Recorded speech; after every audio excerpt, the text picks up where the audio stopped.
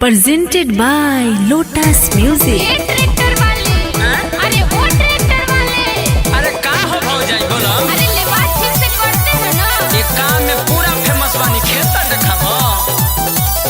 भाई आगे वाला देख रहे हैं कि हमने नु है का भौजी मजाक करत है में गजार तो भइले बा। पापा बड़े जी के ट्रैक्टर से करवाए थे पीओ नहीं हो रहा है आप ही कुछ कर दीजिए ना प्लीज। जरूर औरती बखते अभी नहीं भेजताई बीततावे से जल भी धनु न रोपाए।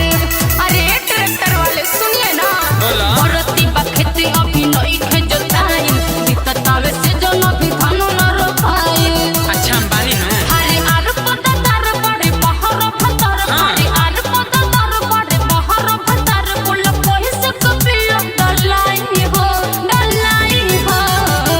अरे हमर सामान घर पे नहीं है ना बढ़िया से कीजिएगा तो घर पर आप ही से न करवाएंगे। अरे ये भौजाई आप टेंशन आइए मत हम हैं नु का टेंशन ले रही हैं। जादो जी से का तो करहवा लो ओहिर फारे गोहिर ले घुसाई हो आई हो ओई सोनका जाने तोहरा करो गुबा गुबा धान आई हो।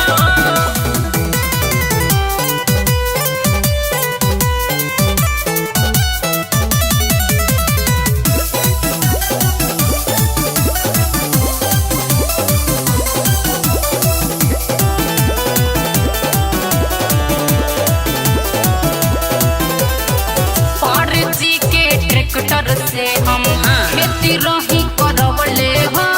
अच्छा। ऊपर ऊपर घास छिलले सारा खेत घुमवले हो।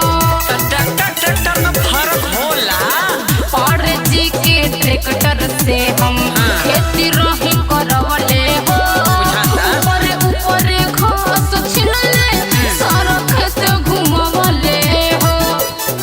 हमारा ट्रैक्टर बढ़िया अच्छा। पानी पानी कोनी दिल से कोने नी हम जोताई बाकी पैसा कमली। काहे अपन से करला बढ़ाई हो बढ़ाई हो।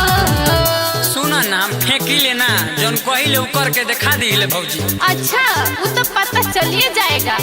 हाँ हाँ रुकिए रुकिए ए अहिर जी ज्यादा गहिर भी नहीं।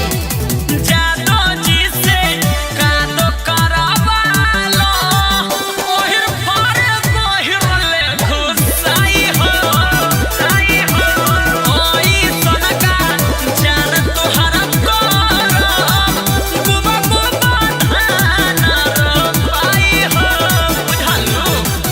अच्छा अरे अच्छा कहे रे पूरा फेमस बानी 24 घंटा जोताई कइले बाबू।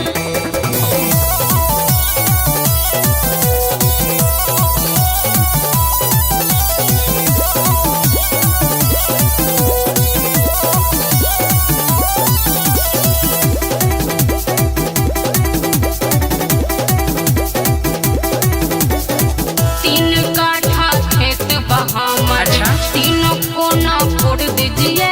ओके। एक बार चल के देखिए आए पसंद ना तो छोड़ दीजिए। अरे कसन को होई चीर फाड़ नु गंतारा का बचता। तीन काठा खेत बहामर तीनों कोना छोड़ दीजिए। बुझाता। एक बार चल के देखिए आए पसंद ना तो छोड़ दीजिए। सोसिला लया तो नहीं मैं होना तो से भागी हो आज करब पर भलवा कतनो टाइम लागी हो। राहु रसिका आगे बढ़ाई हो बढ़ाई हो।